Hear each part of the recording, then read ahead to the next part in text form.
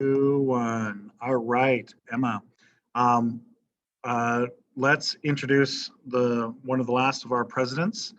Okay, so Barack Obama, number 44. What big number is this, Emma? This I big think we're on I.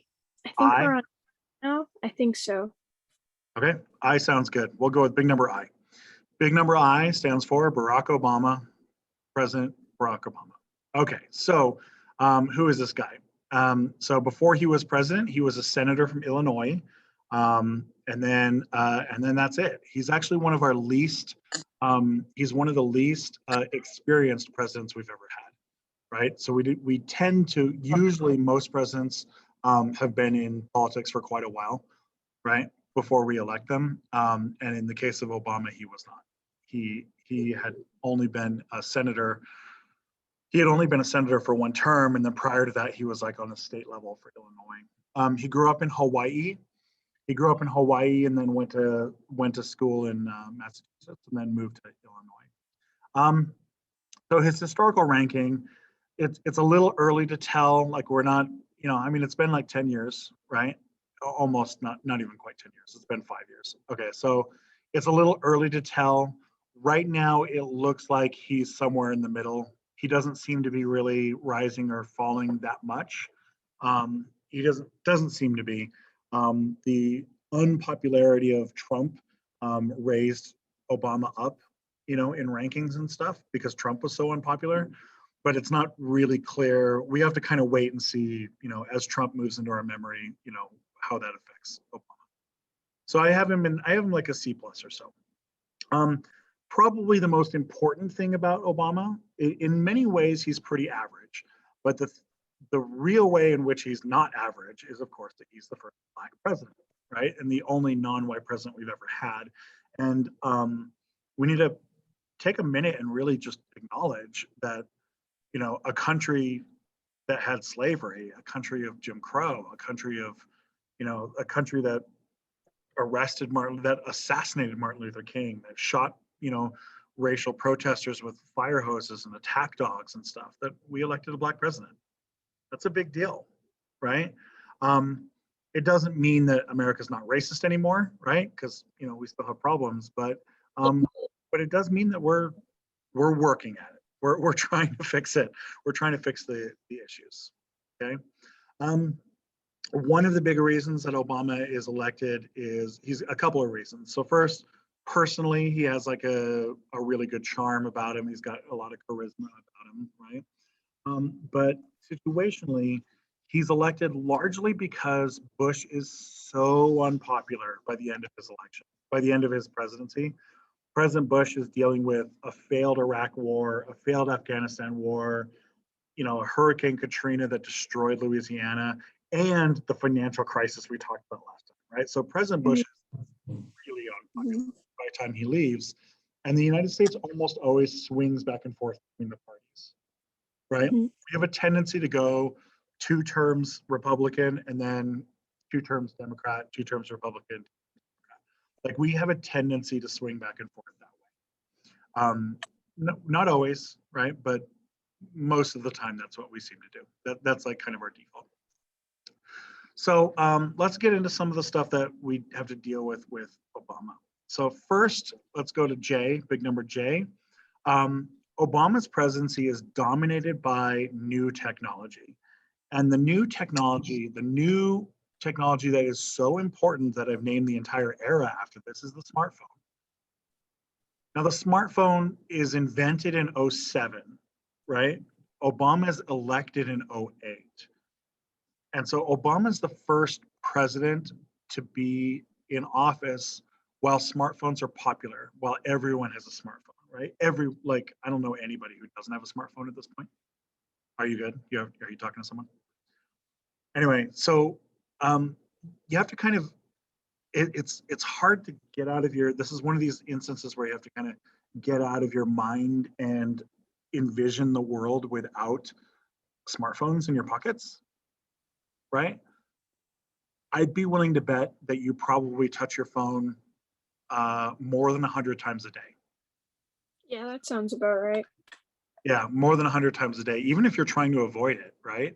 Like kind of hate my phone and I still touch it 100 times a day, right? And it's just too useful, right? And you hardly ever use it as a phone anymore, probably, right? Mhm. Probably mostly for like text messaging and DMing people, and you're on social media and you're on looking on the internet and you're watching YouTube and you're TikToking or whatever else you're doing, right? Right? Yeah. Yeah. Yeah. Um, and this has changed us so much that it's really hard for us to even kind of tell how much we, right? Like, when was the last time that you went through your day without touching a cell phone? Have you ever had a day in your life where you didn't do that, that you can I remember? like I can't remember like exact days, but I know like on camping trips and stuff. But it's Yeah, definitely one of those things that's heavily integrated in my life. sure, right? Yeah. And so you never have a situation where you can't just look things up, right? You just look it Mhm. up. Like you Yeah. get you don't know what it is, so you just, search it, right? You just Google search it or whatever. You've also never had an instance in your life where you're just bored and you have to just sit with your thoughts, right? Because you always have a game, right? You always have a game, or you always have a social media, or you always have internet, you always have YouTube, you always have something else, right? You never just sit and do nothing. Mhm. I'm not saying you, Emma. I'm saying you, like the collective people, really, but Yeah. probably also you, Emma, too, specifically, right? Yeah. Um, yeah. So the cell phone, I can't tell you how transformative it is yet because I'm not really sure. But some things really stand out. First, we always know how to get somewhere. We always have directions because we always have GPS. Okay, so we always know how to get somewhere. Second, we always have access to the world information of the world. Mhm. Third, we always know where each other is. You can always contact each other, right? And then fourth, social media. So let's keep this in big number J, social media. Okay. Oh, that's Steve Jobs. He's the inventor of the iPhone. So he used to be the leader of Apple. He's dead now, but he was the leader of Apple. So social media. Okay. They estimate that about 80% of cell phone usage in the United States, 80% of cell phone usage is social media. So the big name here, Mark Zuckerberg, he's the founder of Facebook. Now, I know that as a young person, you probably don't use Facebook hardly at all. Like, you probably don't even have a Facebook account, or maybe you have one, right? But Yeah. it's unlikely that you use it, even if you have it, right? Facebook has become very old. Old people, it's where old people hang out, right? But Yeah. Facebook is the first really big one, right? MySpace is before Facebook, but when Facebook gets there, Facebook provides this connection with people that you can always post things that everyone looks at, right? Facebook is Yeah. still the big, even though American teenagers don't really use Facebook anymore, right? You need to acknowledge that Facebook is massive. Facebook is like 2 trillion people around the world. Okay, so it's massive, right? And in other countries, Facebook is absolutely the number one, like without a doubt, right? It's the by far Yeah. the number one. Um, so we have all of these social media things start showing up. We got, Twitter and Instagram and LinkedIn and all this other crap, all these things coming in, right? How do you Mhm. think social media affects your life, Emma? Because I'm assuming you're probably on social media quite a bit, Yeah. at least an hour a day, probably. Yeah. I like checked my YouTube time the other day and it was like 2 hours. So like on average, it's like 2 hours at least, which is kind of concerning thinking about it. At least, right? Yeah. Yeah. How long do you spend? I don't use any social media anymore. I used to use it a lot, and I was using it like 5 or 6 hours a day for a long time. And I realized it's just too, I didn't like it. I didn't like the kind of life I was leading, right? So I've actually I've like deplatformed myself, right? Nice. So, yeah. But yeah, it's the only thing I use still is YouTube, but I don't interact with anybody on YouTube. watch Yeah. videos. Yeah. All right. So social media is really transformative. Probably the biggest thing that is transformative about it, well, there's two. So one, it allows us to connect and make groups with people in a way that we never could before. So you can make groups of people, right? Like you can find groups of people that like the same thing that you like pretty easily, Mhm. right? So it allows you to make friends with people in other states, other cities, other countries. You know, like if you are, you know, a really big fan of like some TV show from the 1980s, right? You can find a community of 10,000 people who like that, right? Or, you know, 10 million people, right? Like you can find that pretty easily. So it allows for social connection very, very easily. Number two, and we're not 100% sure where this is going yet, but it seems to make us sadder. It seems to make us sadder because, and there's a lot of different theories about this, but a lot of it is about we have this public facing profile and we're all like curating it and making it look the way we want it to look. Hmm. I want all of my followers to think that I'm a super smart, funny guy. And so I post the one funny thing that I can think of, and I don't post the other like 500 non-funny things that I didn't think of. You know what I mean? So Yeah. it's you're showing only this like really narrow curated version of yourself. And that creates like it creates weird relationships where if like you and I are friends on Facebook or Instagram or something like that, like I look and I see, oh, Emma's life is so perfect. Her meal is perfect. And this trip was perfect. This was perfect. This is perfect. You know, like all I see are like perfect things about you. And then I don't Hmm. see the real aspects of your life that aren't perfect. Yeah. Right. So then I think that I have all of these imperfections. All the people I see on social media are perfect. Right. And so you end up kind of beating yourself up. Yeah. Again, we're not really sure how this is going to affect us. This is happening now, right? And we have to kind of wait for your generation to grow up, right? Because we kind of have to see how screwed up you are. Like,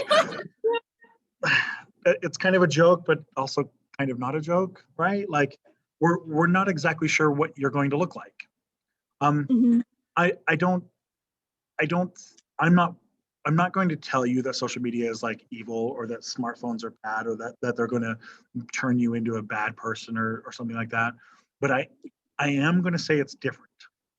That Yeah. you're growing up in a different world and so you are going to have a different relationship with technology than all of the generations previous and we just don't know yet. We just don't know. And every time there's a new technology, people were like freaking out. They're like, oh my God, this new television is going to change your lives. Oh my God, what are we going to do? Right. And you start freaking out about television changing your lives. Or, you know, oh my God, radio is going to change our lives. Oh my God, what are we going to do? Right. And then, like, Yeah. this goes all the way back, like, no joke, this goes back to like the written word. In, in Oh, ancient yeah. in ancient Greece, when they invented writing, Plato writes in one of his dialogues that Socrates is saying that the written word is going to doom the human race because people will no longer memorize things. They will just write them down and they will never memorize them and their brains will just die. Okay, so this Very optimistic there. yeah, well, and as it turns out, I think we're okay. Like written word, we turned out to be okay. And like when we invented radio, I think we turned out to be okay. When we invented television, it turns out we were okay.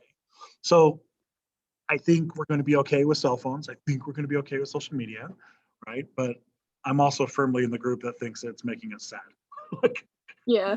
I think it's making our life worse in a lot of ways. It's so early to tell. Okay. Hmm. Let's go to K, big number K.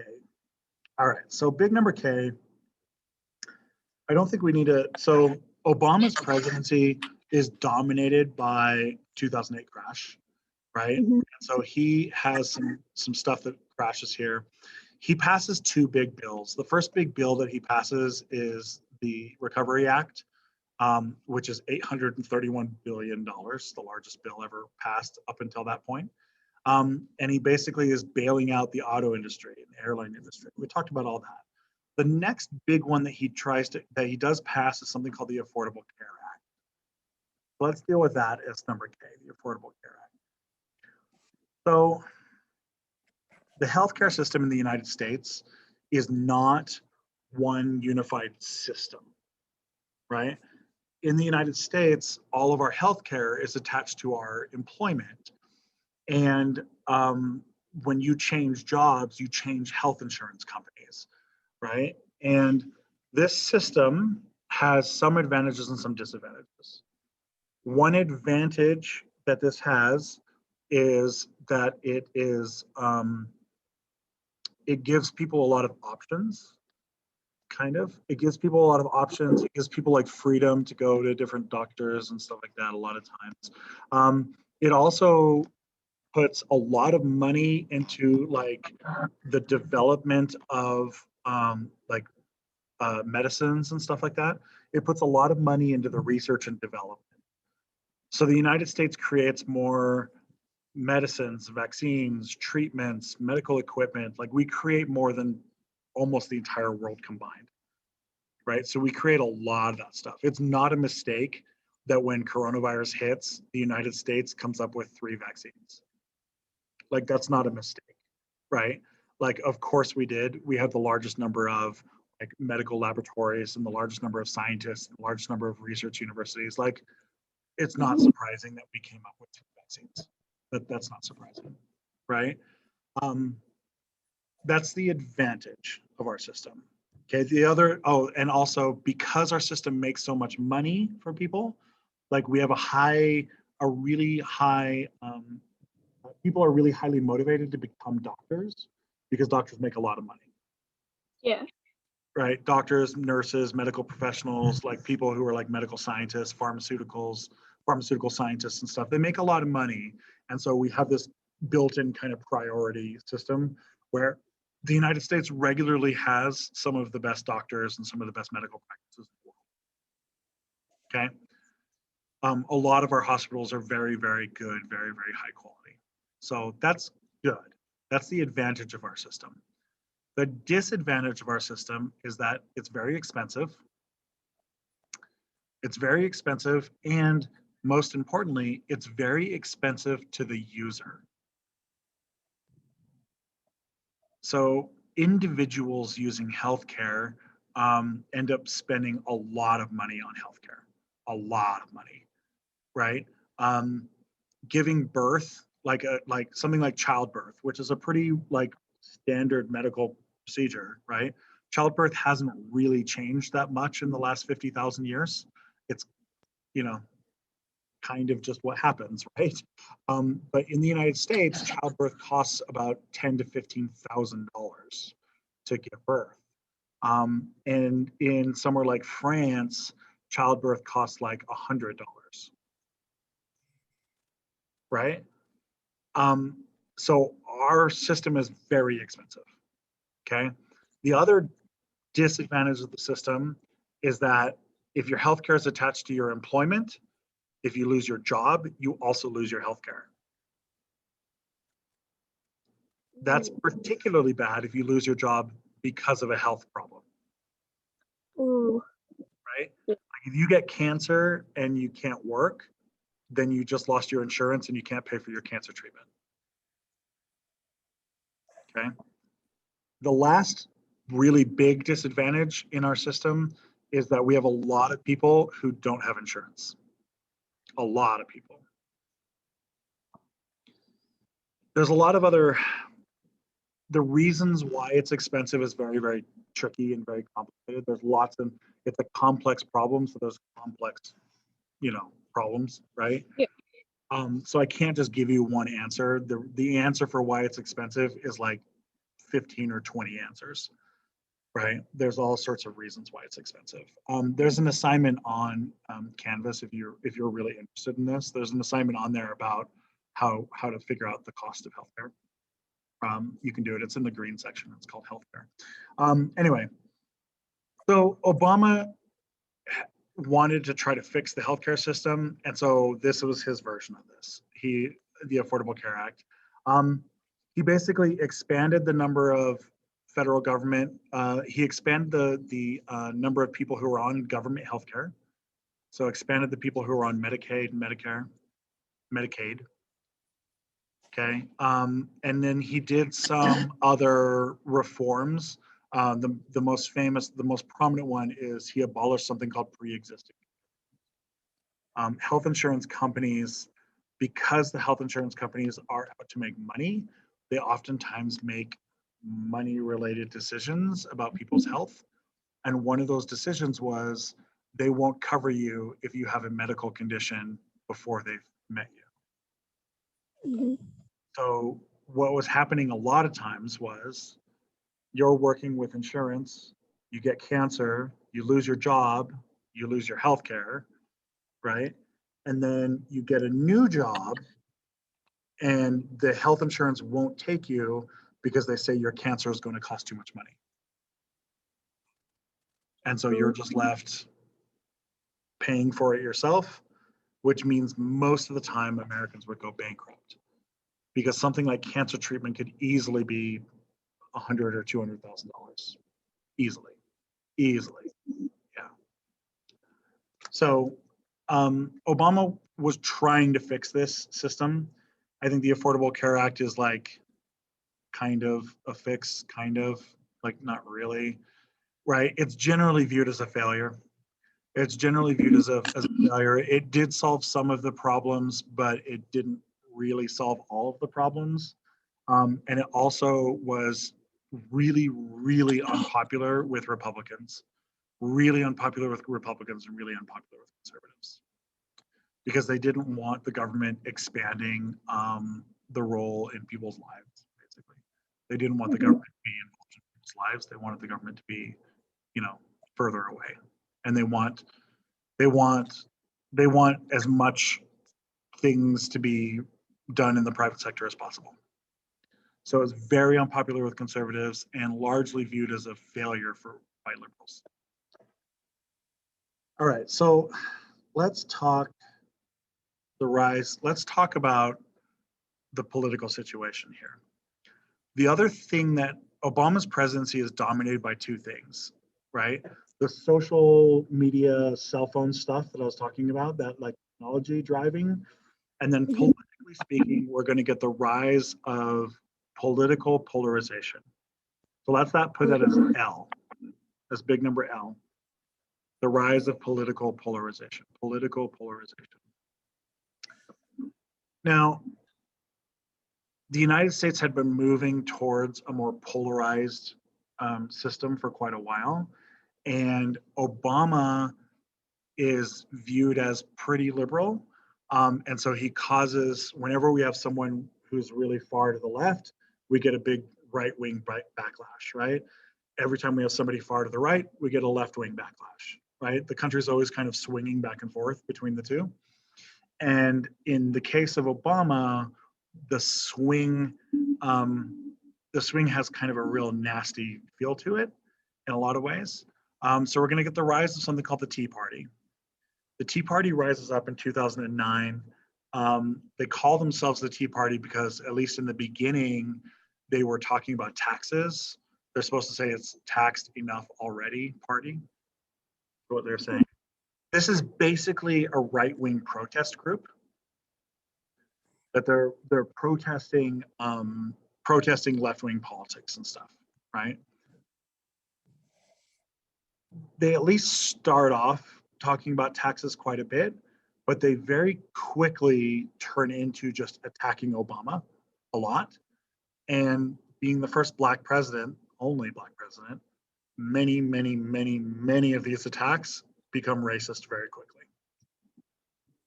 Okay. This rise of the Tea Party is also going to bring with it a rise of white supremacy. Ooh. So I'm not telling you, I don't want you to understand. I'm not telling you that the Tea Party is white supremacist. And I'm not telling you that all politically conservative people are white supremacists, because that's just not true, right? But they're linked. These groups rising up together are clearly linked. And we know the white supremacists are going to become a much bigger problem in the next couple of years, right? Like the Trump presidency had a real problem with white supremacy. And so when we know that it's coming, we can go back and look at it. And when we go back and look at it, we see a lot of stuff like this kind of stuff at the Tea Party rallies, right? Where they're using racism and stuff like that. So this is a right-wing backlash.